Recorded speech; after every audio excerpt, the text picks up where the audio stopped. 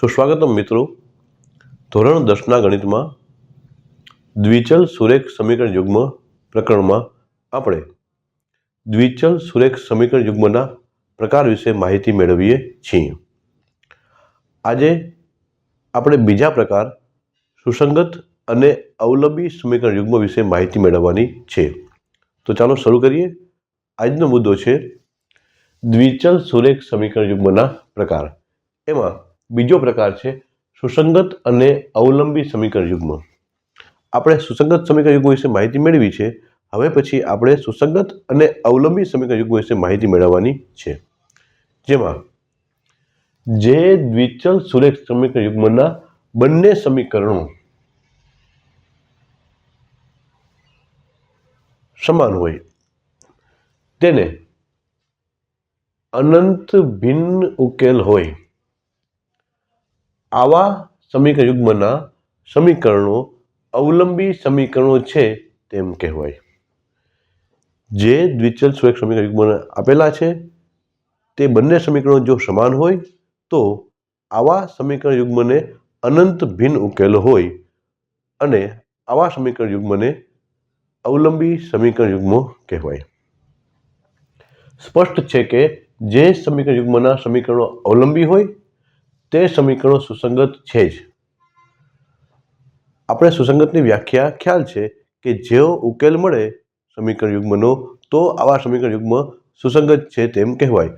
અહીં અનંત ઉકેલો મળે છે તો અવલંબી સમીકરણ પણ સુસંગત સમીકરણ હોય ને હોય જ.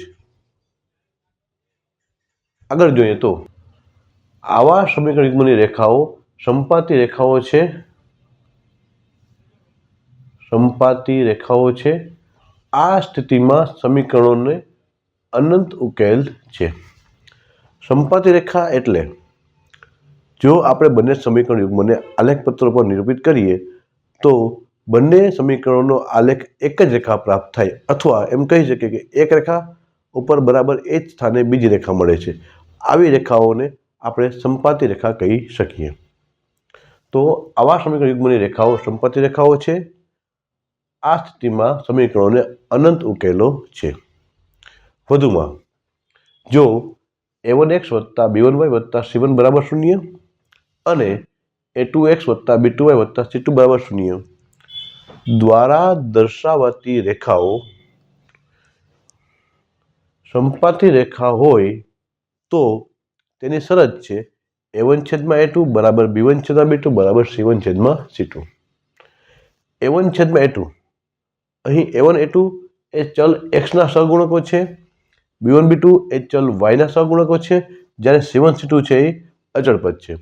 એટલે કે x ના સહગુણકોનો ગુણોત્તર, y ના સહગુણકોનો ગુણોત્તર અને અચળ પદોનો ગુણોત્તર સમાન થાય તો આપણે કહી શકીએ કે આવા સમીકરણ યુગ્મ સુસંગત અને અવલંબી સમીકરણ યુગ્મ છે.